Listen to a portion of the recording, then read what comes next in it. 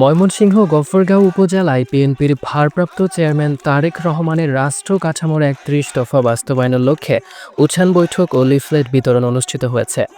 ৫ই নভেম্বর বুধবার বিকেলে পাগলা থানাধীন পাঁচবাগ ইউনিয়নের পাঁচবাগ মোড়ে এই কর্মসূচি পালন করা হয়।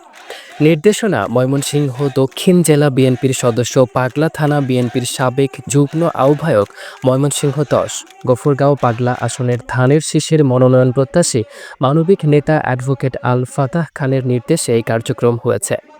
উঠান বৈঠকে সভাপতিত্ব করেছেন পাঁচবাগ ইউনিয়ন পরিষদের মেম্বার মানিক এবং সঞ্চালনায় ছিলেন পাগলা থানা যুবদল নেতা ইয়াহিয়া।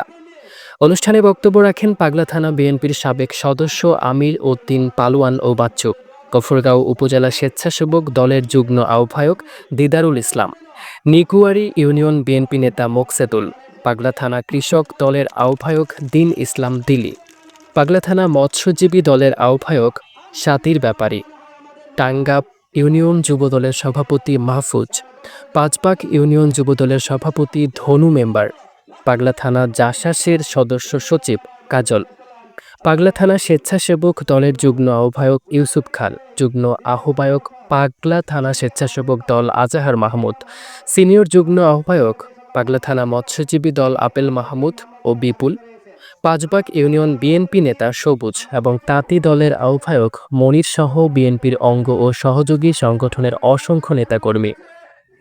উঠান বৈঠকে বক্তারা বলেছেন, অ্যাডভোকেট ফাতাহ খান গফরগাঁওয়ের একজন মানবিক ও সংগ্রামী নেতা। তিনি ১১টি মামলার আসামি হয়েও আন্দোলন থেকে পিছপা হননি।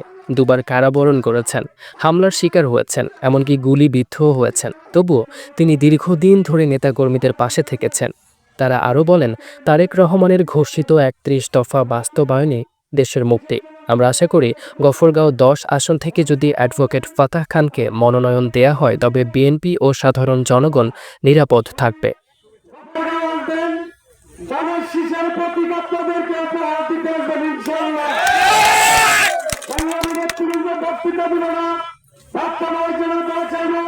আরেকটি কথা বলতে চাই, এই হাসিনার একটু সন্তান গতকালকে ফেসবুকে দেখেছি জাহাঙ্গীর কবির নানক সে বাংলাদেশে নাকি ১৩ তারিখের লকডাউন দিয়েছেন। সংগ্রামী নেতৃবৃন্দ, গাছ যদি না থাকে ডানার চার আনার দম নেই। সতর্ক থাকবেন, ৫ তারিখের পরে যারা পালিয়ে গিয়েছেন তাদের ব্যাপারে আমরা কোনো আপত্তি করি না, তারা দেশ বিদেশে আছেন। এরপরে যারা আছেন সাধারণ আওয়ামী লীগ করতালির মাধ্যমে এই মিছিলটিকে স্বাগত জানাই। আমরা করতালির মাধ্যমে এই মিছিলটিকে স্বাগত জানাই। সংগ্রামী নেতৃবৃন্দ, এই মুহূর্তে খুবই সংক্ষিপ্ত আকারে বক্তব্য রাখবেন জনাব মনির হোসেন দস্তুরি ভাই, সংগ্রামী আহ্বায়ক বাংলাদেশ জাতীয়তাবাদী পার্টি দল পাগলা থানা শাখা।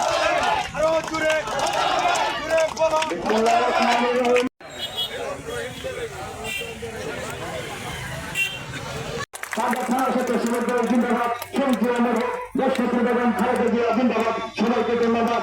আসসালামু আলাইকুম ওয়া রাহমাতুল্লাহি ওয়া বারাকাতুহু।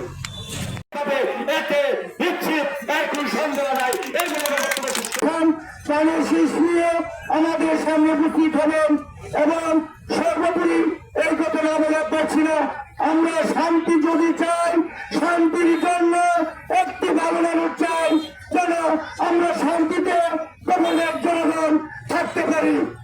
আমার আগামী দিন অ্যাডভোকেট ফাতাহ খান যারা ধানের শীষ নিয়ে এসে আমাদের জনগণকে শান্তিতে আরামে থাকতে দেন। জাতীয়তাবাদী দল বিএনপির পক্ষ থেকে ২১৭টি আসন সারা বাংলাদেশে ঘোষণা করেছে। ২৩৭টি আসন সারা বাংলাদেশে ঘোষণা করেছে। এখনো আমাদের সংসদীয় আসন গফরগাঁও পাগলা আসন, এই আসনটি ময়মনসিংহের মধ্যে গ্যাপ রেখেছে। আমরা জানি না কি জন্য, তবে দলের মালিক আমাদের বিএনপির ভারপ্রাপ্ত চেয়ারম্যান দেশনায়ক তারেক রহমান যে সিদ্ধান্ত দেবেন, আমরা ওনার সিদ্ধান্তের প্রতি বিএনপির একজন ক্ষুদ্র কর্মী হিসেবে, অ্যাডভোকেট আল ফাতাহ খানের অনুসারী হিসেবে আমরা ওনার সিদ্ধান্তকে স্বাগত জানাবো এবং মেনে নিব। প্রিয় নেতৃবৃন্দ, উঠান বৈঠক আপনারা সফল করার জন্য আন্তরিকভাবে সকলকে ধন্যবাদ ধন্যবাদ ধন্যবাদ। আর একটা কথা, সকলকে নূর হোসেন সুমনের তথ্যচিত্রে ইশরাক অর্ণব, চ্যানেল 21, ময়মনসিংহ।